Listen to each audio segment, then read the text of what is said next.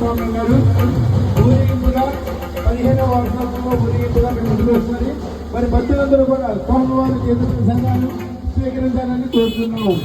పల్లపు వీధి రామాలయం కార్యక్రమంలో నందమూరి బాలకృష్ణ నటించిన బంగారు గుళ్ళని చిత్రం నుంచి స్వాగతం వచ్చారు.